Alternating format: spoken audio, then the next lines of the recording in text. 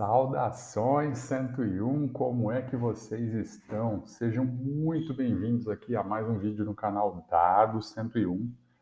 Nesse vídeo de hoje a gente vai trazer mais algumas funções de texto, algumas funções simples, o vídeo vai ser mais curto hoje, e a gente vai falar de algumas funções, da função esquerda, quando você quer recuperar a parte da esquerda do texto. A gente vai falar também sobre a função procurar, que a gente vai usar o procurar para delimitar de fato onde está esse texto da esquerda. E a gente vai fazer algo bem simples, mas que algumas pessoas têm dúvidas de como funciona, que é quando você tem duas fórmulas, duas funções dentro da mesma célula, dentro de uma fórmula, você aplica duas. O vídeo vem já depois da nossa vinheta.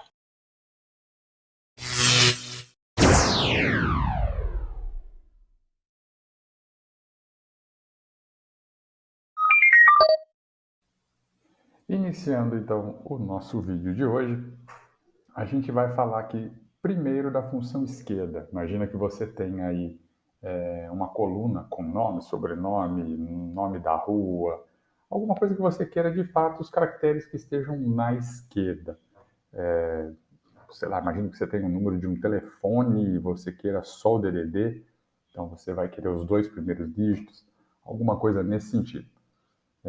Nesses nossos exemplos aqui, a gente tem as funções de texto para nomes, por exemplo, nome e sobrenome, e também um último exemplo ali de um CEP. Imagina que você queira só os primeiros dígitos do CEP. A gente tem usado sempre a mesma estrutura para facilitar a visualização de vocês.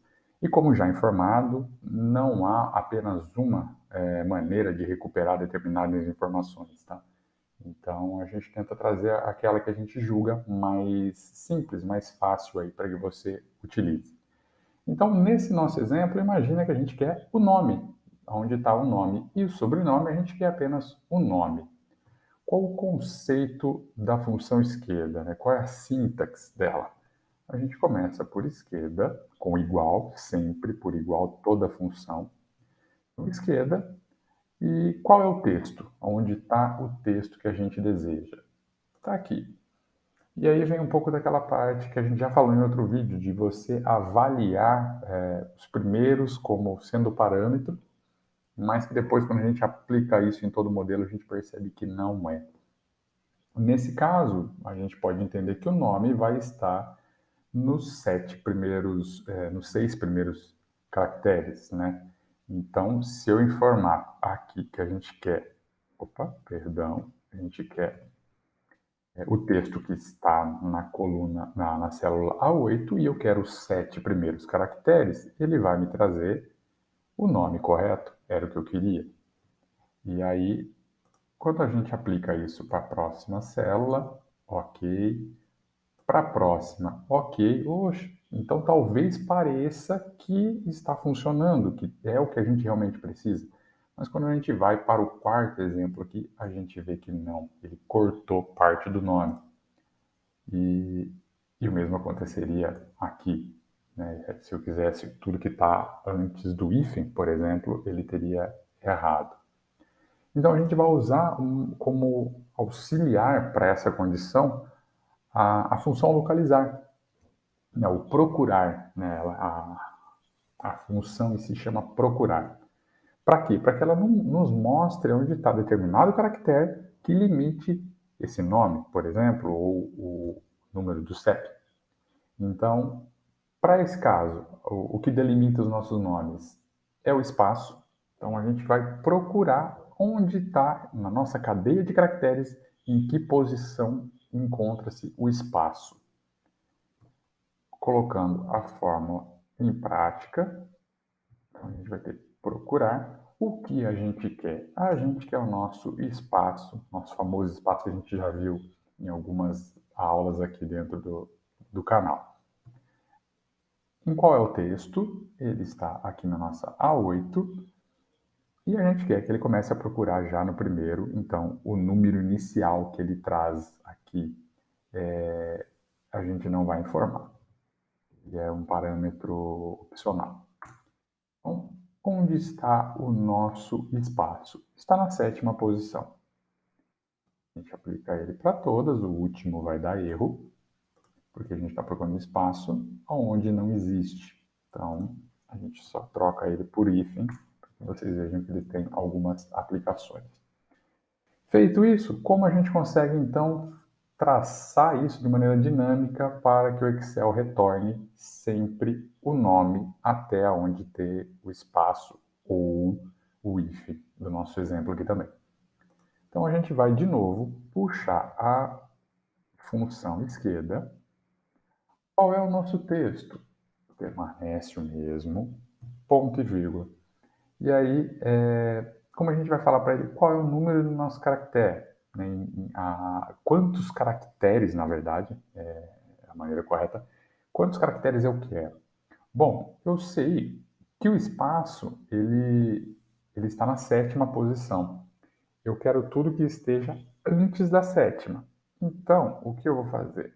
Eu vou clicar aqui onde está o número 7, que está a nossa fórmula, e vou falar para ele subtrair 1. Porque eu quero tudo que esteja nessa cadeia de caracteres, desde a última posição, desde a primeira posição, desculpa, até aonde esteja o espaço, menos uma, para que eu tenha o nome certo.